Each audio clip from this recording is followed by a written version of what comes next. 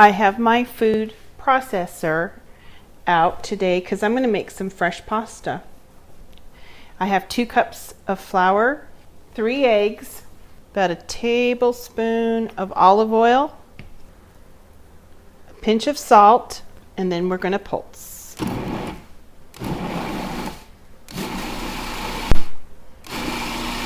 Two tablespoons of water.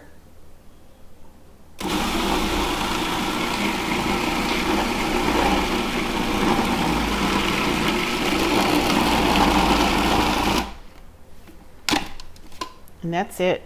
I have been kneading the dough for 10 minutes.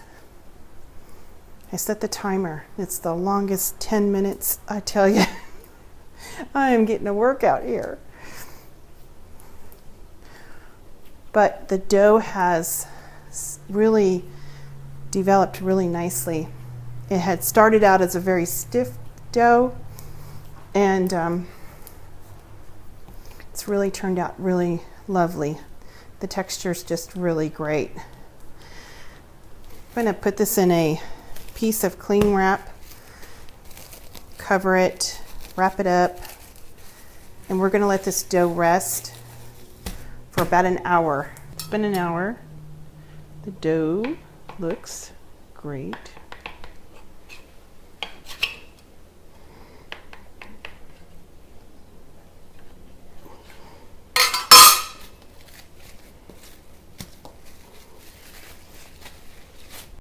Okay, this is our last of the 4 pieces of pasta dough. We've rolled out 3 already.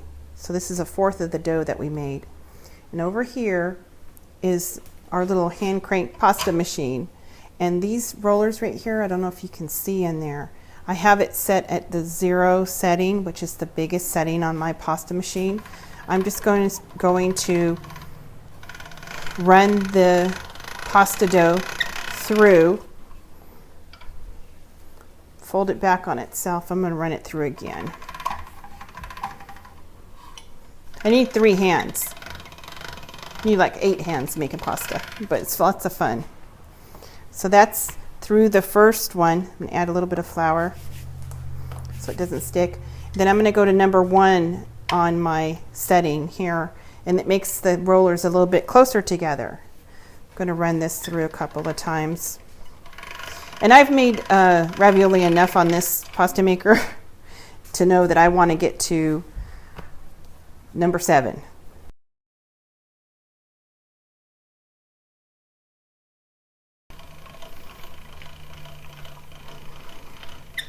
Beautiful.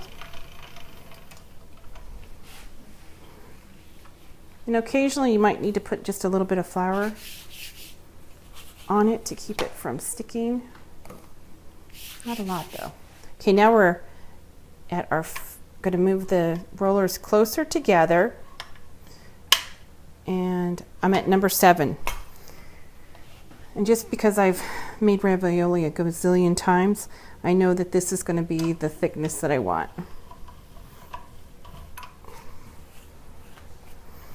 All right. Going to pass it through a couple of times. Like I said, I need like 8 hands making pasta. But it sure is worth it. Okay. Let's run it through one more time.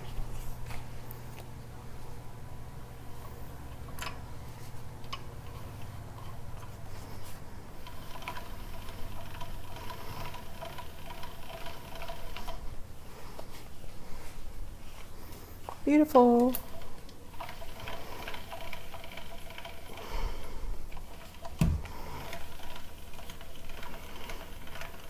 All right. And look at this. This is going to be perfect for making my raviolis tonight. The filling couldn't be any easier. It's 15 ounces of ricotta cheese, 2 eggs, about a half a cup of Parmesan, and a little bit of salt and pepper. But not too crazy on the salt because the Parmesan is going to be salty already. I'm going to mix this up, and that's what your filling is going to look like. I'm using an ice cream scoop to portion out the filling. and getting it on my sheets of pasta. Now I'm just going to take a little bit of egg wash, just an egg that's been beaten up with like a teaspoon of water, and I'm just painting it around my filling. I put the top layer of dough onto the ravioli, and now I'm just kind of using my hands to kind of form around the ravioli to shape it a little bit. I'm doing this so I could show you that you don't have to have any special equipment.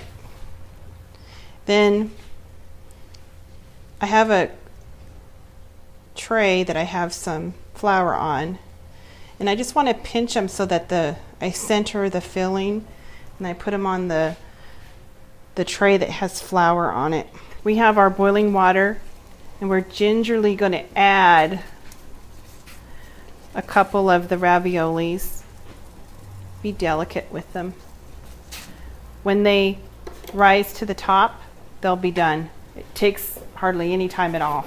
In the pan, I have a cup of butter, 2 tablespoons of olive oil, about a tablespoon of fresh sage, parsley, and 4 cloves of garlic minced. And we want to brown this butter, but we don't want to burn it, so we have to watch it really carefully.